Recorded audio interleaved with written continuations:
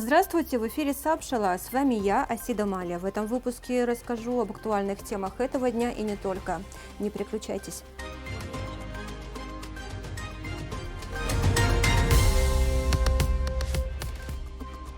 Сегодня в выпуске. Многочисленная кавказская диаспора в Турции продолжает помогать справиться с последствиями землетрясения. В суровых условиях абхазские спасатели провели комплексно-штабные учения в заснеженных горах Ауатхары. Кадровый вопрос. В армянской общине избран новый глава. Рыбный завод в Очимчире. О производстве и экспорте. Как жить, чтобы жить долго? О феномене долголетия и исследованиях абхазских ученых. В Турции не прекращают искать людей под завалами, несмотря на то, что со дня землетрясения идут 13-е сутки. Но чудеса случаются. Турецкий телеканал ТРТ Хабер сообщил об еще 3 спасенных в Хатае, в числе которых ребенок. Наряду с гуманитарной помощью, которую направляют в Турцию со всего мира, в помощи пострадавшим участвуют представители абхазской диаспоры. Наряду с ними всестороннюю помощь оказывают представители Федерации кавказских обществ. От нашего соотечественника в Турции нам стало известно, что сегодня из города Кайсери в Хатай направляется около 100 человек.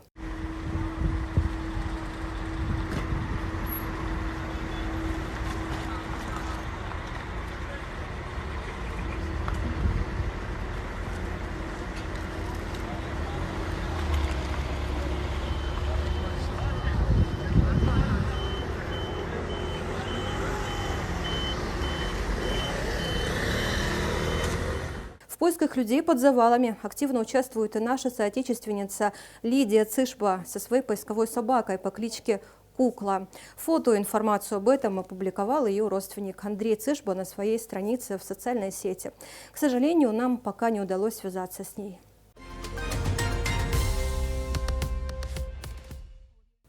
В суровых условиях в заснеженной горной местности Ауатхары абхазские спасатели, водолазы, горники, пиротехники, медицинское управление, тыловое обеспечение, кинологическая служба провели комплексно-штабные учения. Поставленная задача – отработать действия по ликвидации последствий схода лавины и проведение поисково-спасательных работ в горной местности. Как сообщается на официальном сайте МЧС, глава ведомства Лев Квицини дал положительную оценку с учетом того, что подобных учений не проводилось с начала пандемии, а их необходимо проводить регулярно. Как говорится в сообщении, недоработки были и разбор полетов будет производиться уже в Сухуме. В учениях был задействован личный состав в количестве 50 человек, а также 15 единиц спецтехники. Несмотря на сложные погодные условия, на мой взгляд, учения прошли положительно. Пока рано давать окончательную оценку, будет разбор. И тогда мы уже, исходя из сложившейся ситуации, будем делать акцент на разные направления. Здесь было сложно работать и водолазам, и кинологической службой, оператехники и так далее. Но я думаю, что сегодняшние учения, они дадут нам возможность исправить недоработки, потому что, как правило, в нашей службе это очень важно. Настолько мы будем часто проводить эти учения, оно в реальной жизни даст определенный импульс, определенный опыт. Это очень важно, на мой взгляд.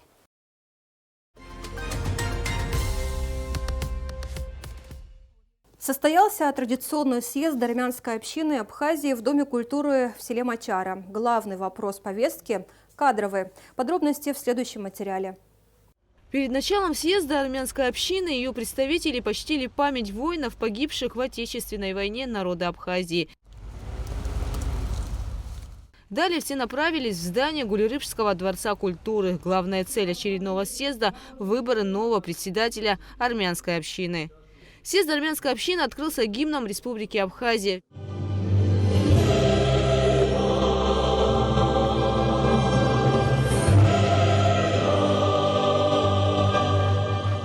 В мероприятии приняли участие вице-президент Абхазии Бадра Гумба, спикер парламента Лаша Ашуба, председатель Совета безопасности Сергей Шамба, депутаты Народного собрания, глава Гулерыбского района Саид Харазия, глава Абхазской православной церкви Виссарион Аплия. Вначале был зачитан приветственный адрес президента Аслана Бжани. Уважаемый Галус Парнакович, От имени руководства Абхазии, от меня лично, примите слова благодарности за ваш бескорыстный, самоотверженный труд на посту председателя армянской общины Абхазии. Ваши заслуги высоко оценены народом Абхазии. Армянская община Абхазии вносит весомый вклад в развитие Абхазии в деле построения государственности, гражданского и межнационального мира и единства. Убежден, что на предстоящих выборах председателя армянской общины Абхазии будет избран столь же достойный кандидат, чья деятельность будет направлена на благо и развитие родного народа и государства. Уважаемый Галуст Парнакович, благодарю вас за самоотверженный труд, за готовность приносить пользу многонациональному народу Абхазии. Желаю вам крепкого здоровья, семейного благополучия и новых успехов в деле служения всему самому дорогому народу и отчизне. Президент Аслан Джаниев. На съезде говорили о дружбе двух народов, о поддержке в сложные времена, о целях и о задачах армянской общины. В этом году мы вместе будем отмечать 30-летие победы в Отечественной войне народа Абхазии. Тогда братский армянский народ плечом к плечу с абхазским народом отстоял независимость и свободу Родины нашей Абсаны. Уверен, что армянская община Абхазии внесет свой весомый вклад во время проведения юбилейных торжеств Дня Победы. Сегодня, как и 30 лет назад, мы также плечом к плечу защищаем и строим независимое абхазское государство. Бок о бок уже 1,5 века армяне живут с абхазцами в мире и согласии. И то представительство, которое сегодня присутствует здесь от исполнительной, законодательной власти, говорит о том, что нет никакого национального вопроса в Абхазии. Герой Абхазии Галуст Трапезанян впервые был выбран на пост председателя армянской общины в 1994 году. С тех пор несколько раз единогласно избирался на этот пост. За это время было проделано много работы, особенно в сфере образования. Мы помогаем государству, мы восстанавливаем школы. В последнее время мы очень много сделали в этом направлении. Благодаря меценатам, бизнесменам, благотворителям. Это главный Рубен Альбертович Ватулян, который сделал очень много, не только для армянской школы. Когда мы получали помощь финансовую, мы эту помощь делились и с русским, и с абхазским школами. С начала учебного года мы передали Цаневской русской школе 300 тысяч, передали Гагарской абхазской школе 300 тысяч и Калдахасскому интернату абхазскому 300 тысяч.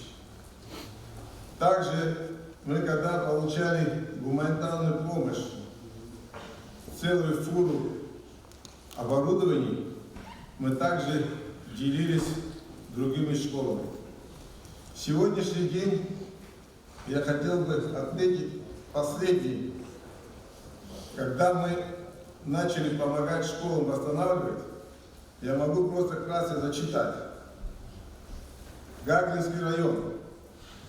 Школам мы передали 7 миллионов 500 тысяч. ГСШ номер 3 – 3 миллиона 200 тысяч. Сегодня можно сказать, что эта школа полностью обеспечена. Только кабинет физики оборудован на 1 800 000. Это дар Сергей Аганович Калинджан. Это заслуженный экономист России, доктор наук, выходец из Гагры. Галуст Трапезанян передал свои полномочия ветерану Отечественной войны народа Абхазии, председателю благотворительного фонда «Амшен» Алику Минасяну. Присутствующие единогласно поддержали это решение. Принципиально важно вовлечь каждого в совместную работу. Только вместе мы сможем решить накопительные проблемы.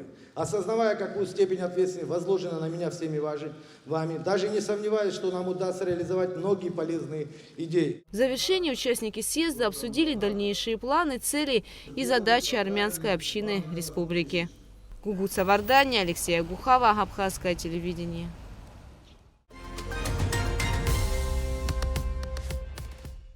Ачамчирский завод по производству рыбной муки и рыбьего жира готовится к первой отправке сырья на экспорт. О том, как организована работа производственного комплекса, в репортаже Гугуцы Вардания. Высокотехнологичное оборудование и качество продукции. В Ачамчирском районе начал функционировать новый завод по производству рыбной муки и рыбьего жира. Цех был построен в 2022 году. Производством занимается компания «Денис». Данное предприятие было построено на средства партнеров из Российской Федерации, Республики Абхазия и Турецкой Республики. Специалисты тщательно следят за тем, чтобы продукция проходила контроль качества. Этот завод новый, оборудование все новейшее, современное оборудование здесь установлено на этом заводе. Готовая продукция будет поставляться на рынки России и Турции, а также использоваться в сельскохозяйственной отрасли республики. На предприятии сегодня работают около 20 человек, но со временем специалистов здесь станет больше.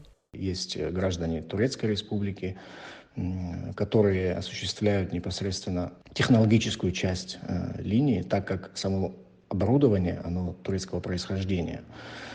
Но у нас также обучаются и местное население, мы пытаемся обучить со временем, чтобы потом мы могли предоставить больше рабочих мест. В 2023-м был произведен пробный запуск цеха. Было переработано около 40 тонн сырья.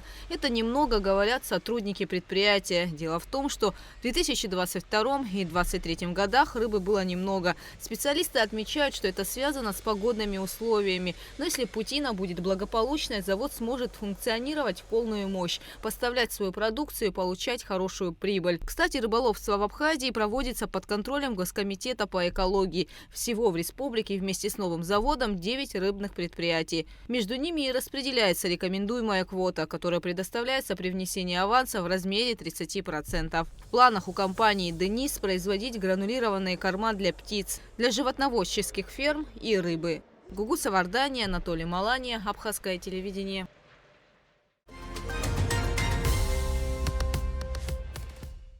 Как жить, чтобы жить долго? Вопрос, который стар как мир. А для Абхазии долгожительство как бренд. С давних времен наша республика славится долгожителями. Ученые, исследователи, журналисты, кто только не приезжал в гости к нашим старцам, чтобы прикоснуться к этому феномену.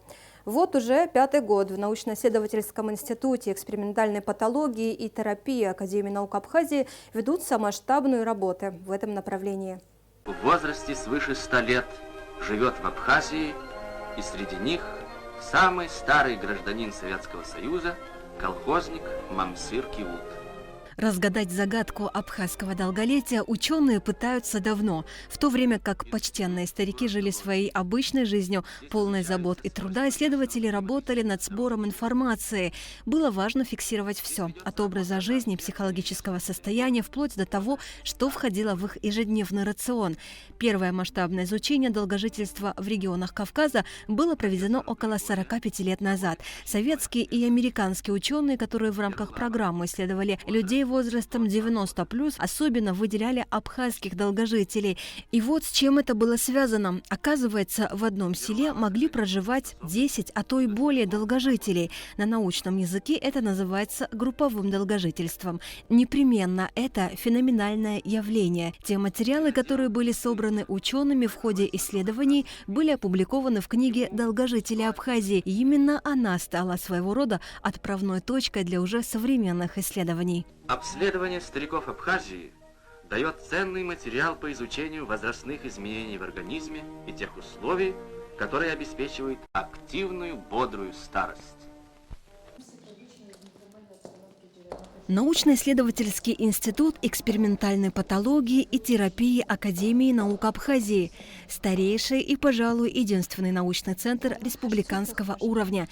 Его сотрудники заняты работой в различных научных исследованиях и 5 лет назад всецело погрузились в исследовательский процесс уже в новом направлении. Называется «Особенности основных физиологических систем организма у лиц различных возрастных групп, проживающих в Абхазии». В 2017 году руководитель института на сегодняшний период, и в тот период уже был Зураб Асанович Миклаби, приложил большие усилия для того, чтобы мы могли планово, масштабно подойти к этой работе.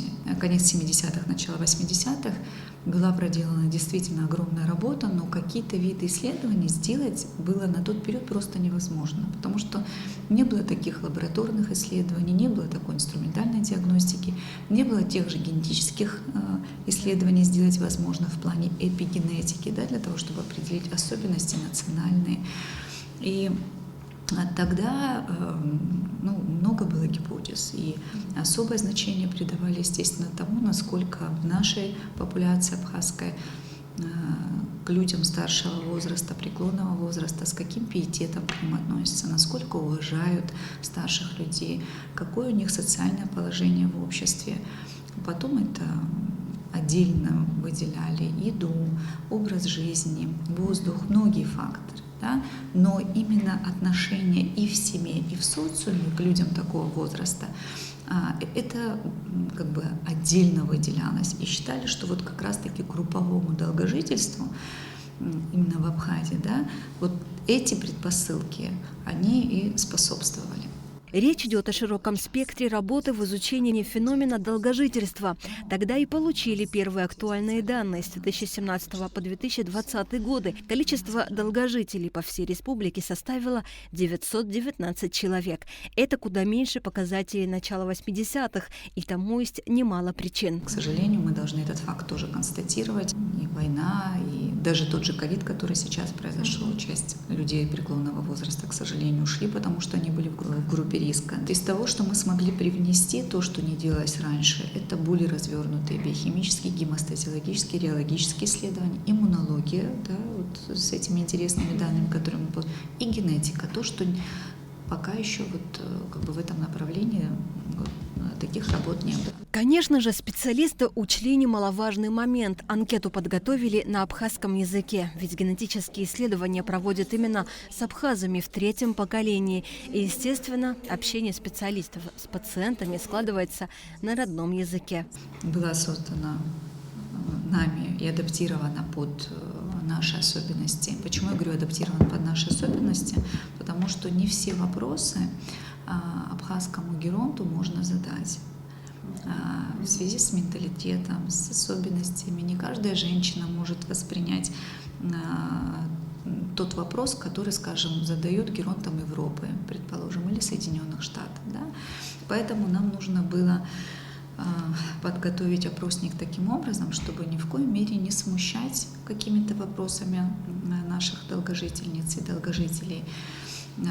Но, естественно, с учетом наших особенностей мы привнесли еще какие-то свои вопросы, которые мы посчитали с учетом популяции Абхазии, это будет актуально.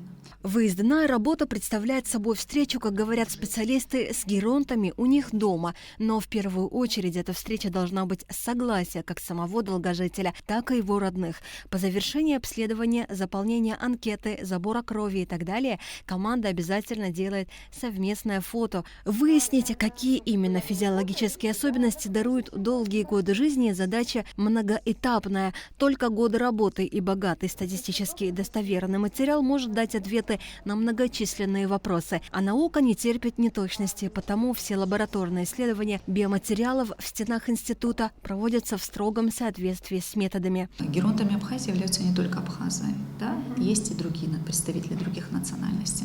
Но что касается генетических исследований, к которым мы тоже приступили, тут мы первично выбрали группу абхазов и совместно с Башкирским медицинским университетом и с Институтом биохимии и генетики Уфы мы стали исследовать определенные генетические особенности нашего этноса. У нас было несколько задач, но две основные. Первая. Естественно, приезжая к геронту, наша задача была, если у него есть какие-то проблемы со здоровьем, их выявить и суметь помочь, безусловно. И вторая научная задача – это, используя биологический материал, который мы брали с одобрения геронта у него и порой членов его семьи, выявить определенные физиологические особенности, способствующие его долголетию. И вот какую любопытную особенность иммунитета выявили у абхазских долгожителей. Факторы врожденного иммунитета у людей старческого возраста ниже, чем у долгожителей. То есть те, кому 90 и выше, намного устойчивее к заболеваниям, чем в 70 и 80 лет. Любой выезд к пациенту-долгожителю в удовольствие, говорят специалисты. Ведь обычно это сильные духом, мудрые, уважаемые и почитаемые в доме и в обществе люди. Собственно, эти факторы, по мнению специалистов, берегут большую часть абхазских долгожителей от деменции. Аспирантка 4-го года обучения, младший научный сотрудник лаборатории иммунологии и вирусологии Фаина Гарухчиева тоже активно занята в проекте. Приезжая на места, мы брали кровь у пожилых людей и долгожителей. Так как меня обучили, я уже сертифицирована и могу заниматься флеботомией, то есть забором крови с помощью вакуумных систем. Это очень удобно, то есть кровь стабильна определенное количество часов, и мы могли за один день у нескольких семей, да, объехать их, да, и взять биологический материал. Потом остальная часть нашего коллектива ждали в лабораториях здесь, в Япетии, и мы раздавали биологический материал по лабораториям, они уже делали свою часть. Часть биологического материала сразу обрабатывалась, а часть замораживалась для того, чтобы провести дальнейшие какие-то дополнительные исследования, которые будут интересны в рамках нашего исследования. Лаборатория – святая святых института. И, естественно, к работе допускаются только проверенные специалисты. А для Фаины Гарухчиевой работа в проекте – не просто для накопления опыта, а возможность прикоснуться к истории. Во-первых, это уникально, да, общаться с людьми, которым 90, порой 100 лет. То есть не так часто мы можем это делать. И, кроме того, мы знаем, что со временем этих долгожителей становится все меньше. И тот биологический материал, который мы собрали, то, что есть, то есть мы будем их обрабатывать в дальнейшем, это выльется в статьи и в работу, надеемся. Так что... да, это интересно. Западные ученые в погоне за секретами долголетия выяснили пользу кислого молока, который как в Абхазии, так и на всем Кавказе входит в ежедневный рацион. Полезные бактерии останавливают необратимые процессы в желудке и нейтрализуют яды, замедляя старение. Потому находчивые маркетологи рекламировали йогурт Данон в Абхазии с абхазскими долгожителями.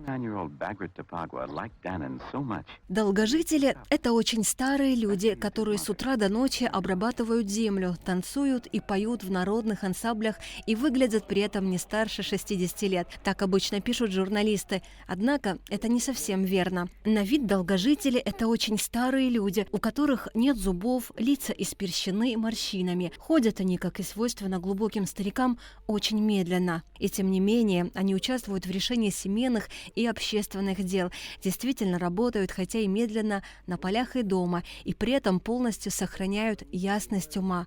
С таких слов начинается книга профессора этнологии и конфликтологии Полы Гарб «Долгожители». Есть в ее словах истина. Абхазские долгожители во многих видеоматериалах представляются более беззаботными, чем есть на самом деле. У каждого своя неповторимая и непременно по-своему тяжелая судьба.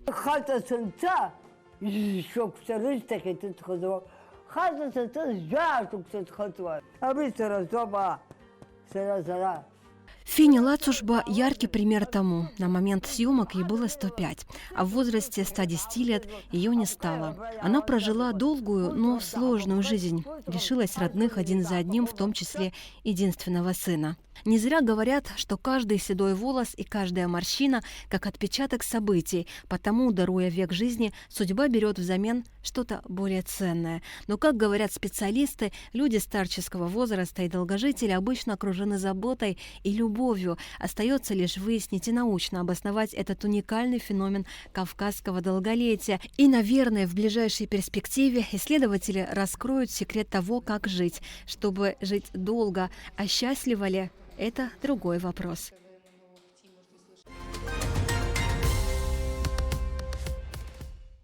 Морозы, солнце, день чудесный. Выпавший в Абхазии, как никогда сухой снег порадовал многих. Поднял настроение, придал особую атмосферу Одним словом, добавил белых красок в наш субтропический климат. Несмотря на плохую погоду, традиционные семейные моления Всевышнему, иначе говоря, Аш-Ташира отменять не стали. А фотографы и видеографы вооружились фотоаппаратами и камерами, запечатлев изумительные кадры. А творческие люди импровизировали. Ждать привычного тепла еще немало, поэтому давайте окунемся в архив заснеженных воспоминаний.